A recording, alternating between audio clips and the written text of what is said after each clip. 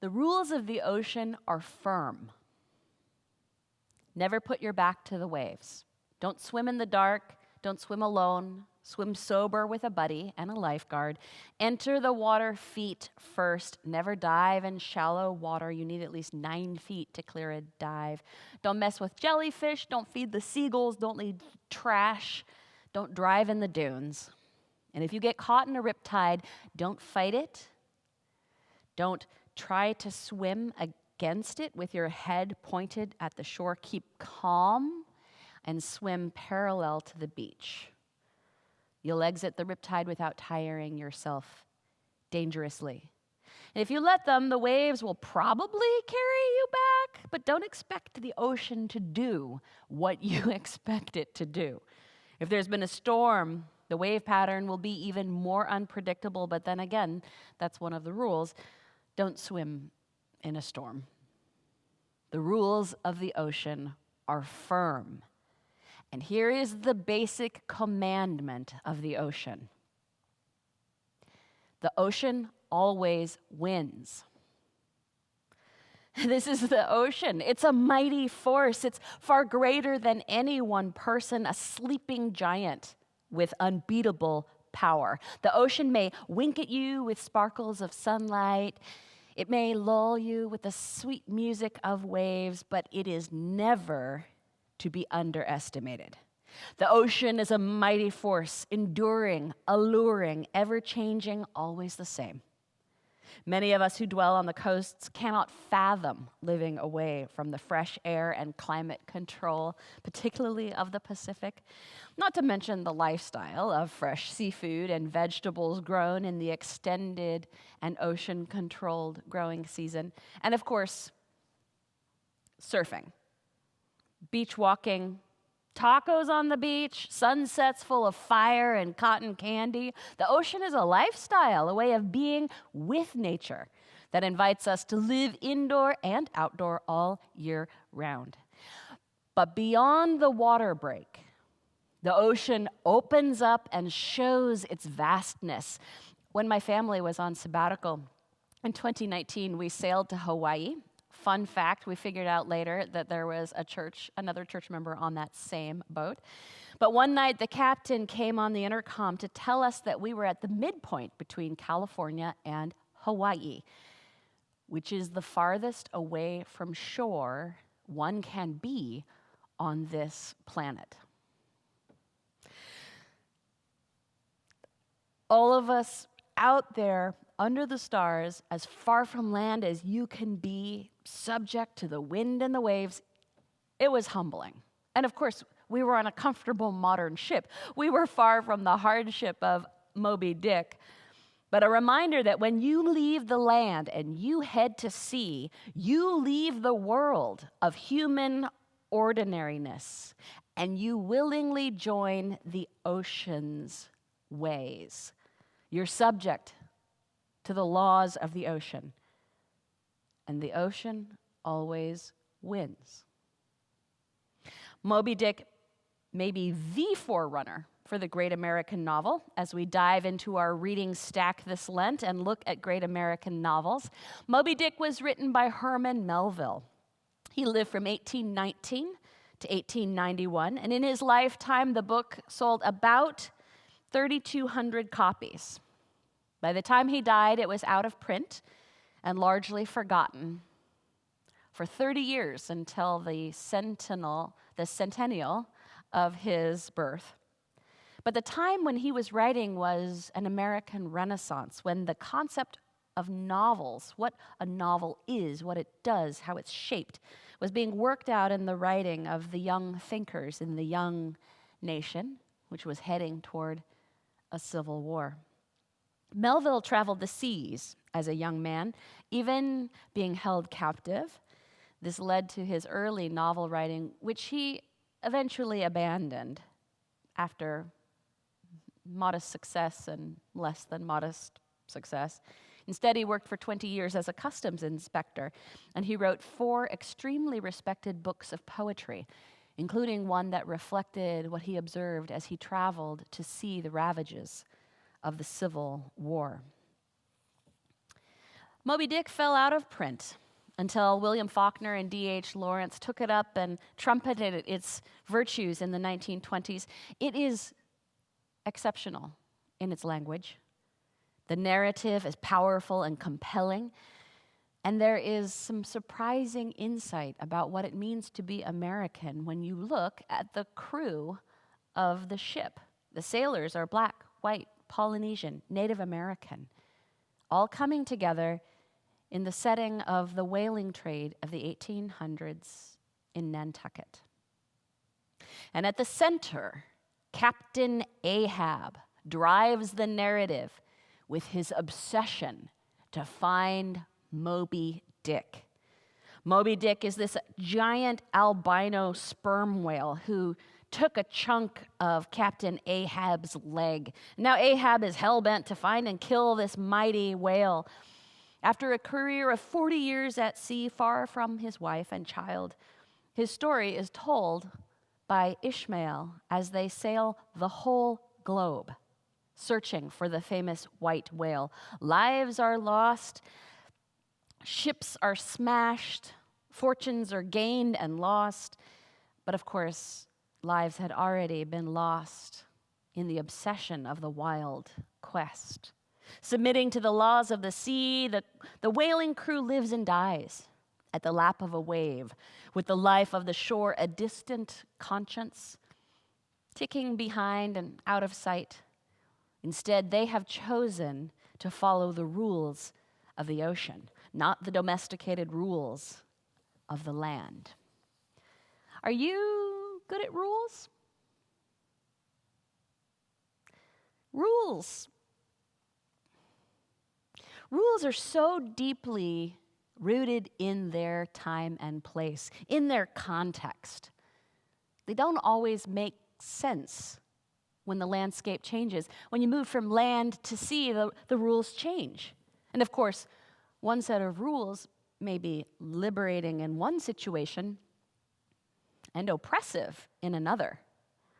This kind of question is addressed in the body of philosophy and Christian ethics called situational ethics.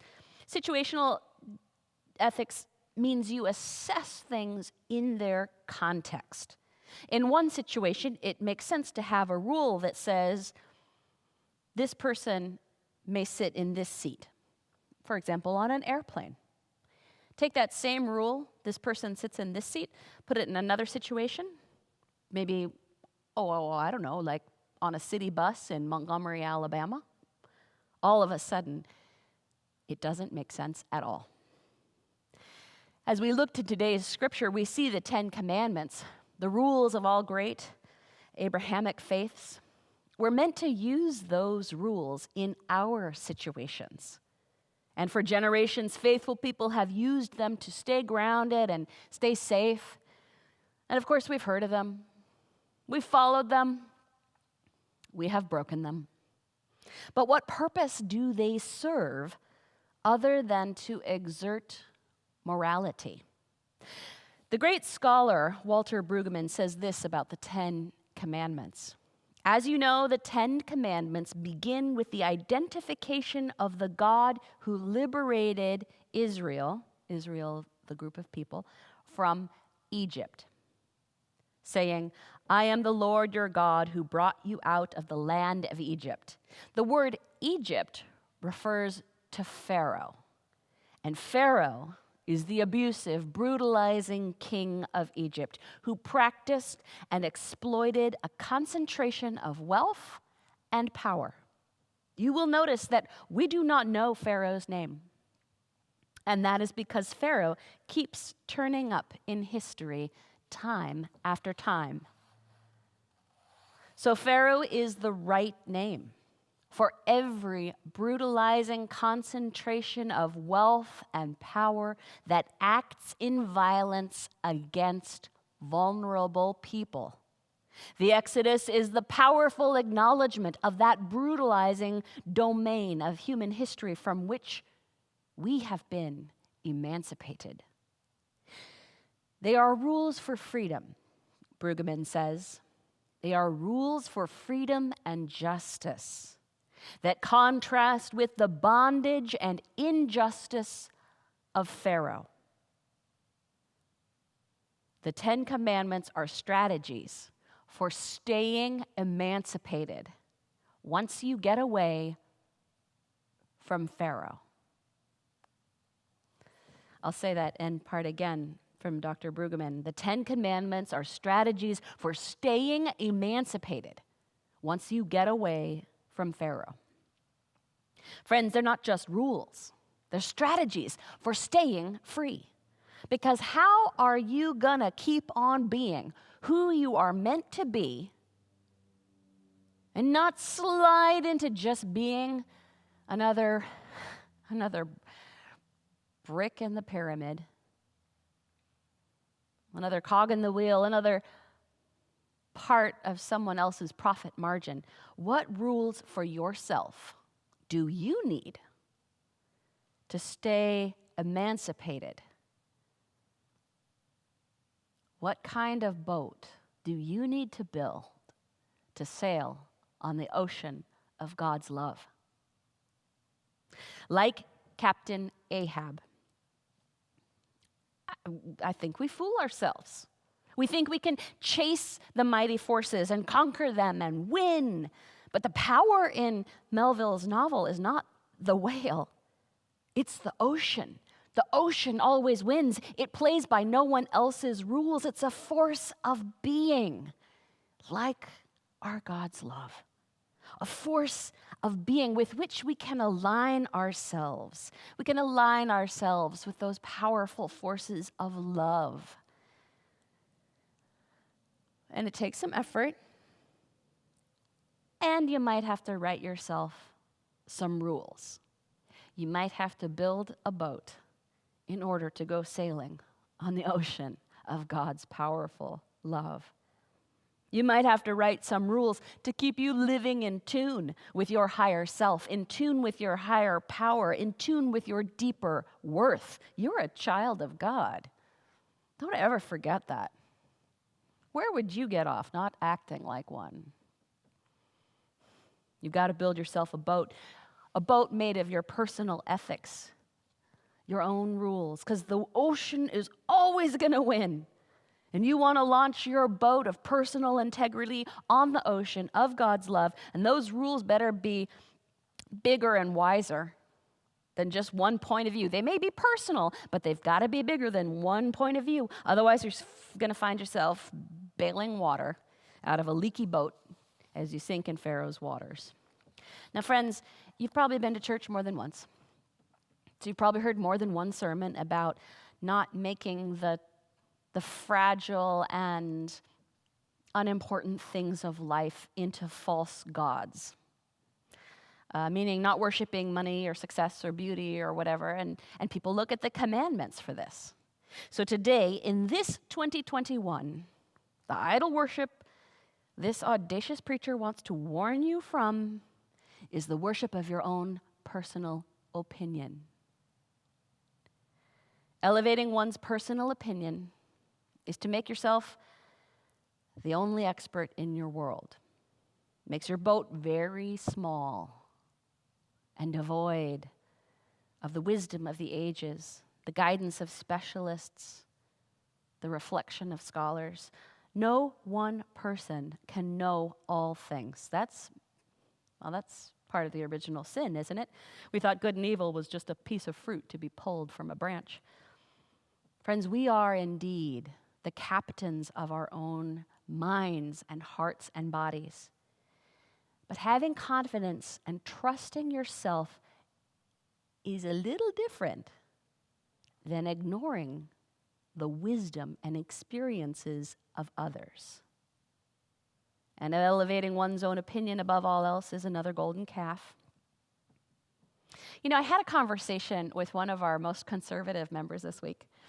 And that person said something so brilliant. They said, you have to look at the world not only through your own eyes, but be willing to think about how other people see the world. This person did not want to get all touchy-feely or snowflakey about it, but for this person, being a moral member of community meant acknowledging the legitimate viewpoints of others.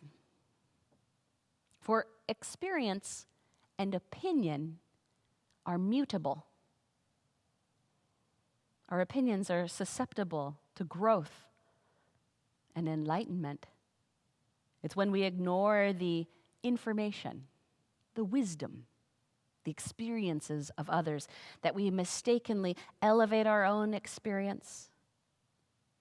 Maybe we start to think it's universal. Maybe we think our boat is unsinkable. Ahab, remember, pushed and pushed with deep and urgent desire to find and conquer that whale. He had one last journey in him. In his finite life, he had one last journey on the infinite sea. His rules were written, he charted his course, and yet the power of the ocean's waves and the courses set by the stars were the immutable and enduring power from which he could not escape. So too, every person assesses their own situation and decides what is right and wrong. Every person has to chart their course, follow the stars, and journey out over the swell of the sea. Your situation may be different than others, but the life of Christian faith invites you to a set of rules that is not designed to constrain you, but to liberate you, to keep you emancipated in God's love and free from dehumanization or even the false idol of ego. 10 Commandments are a set of rules not designed to eliminate your uniqueness or take away your role as the captain of the ship of your life. They're a set of rules to keep you emancipated in the love of God and to bind you together with others, giving you the gift of their wisdom as you chart your course over the sea. For God's love is like an ocean, and the ocean always wins. So do not be afraid to take up a set of rules for your life. Do not be afraid to build your boat or rebuild it. Build the boat of your ethics, your rules. Take up those 10 commandments. Stay emancipated. For then we can live harmoniously with that which is greater than ourselves.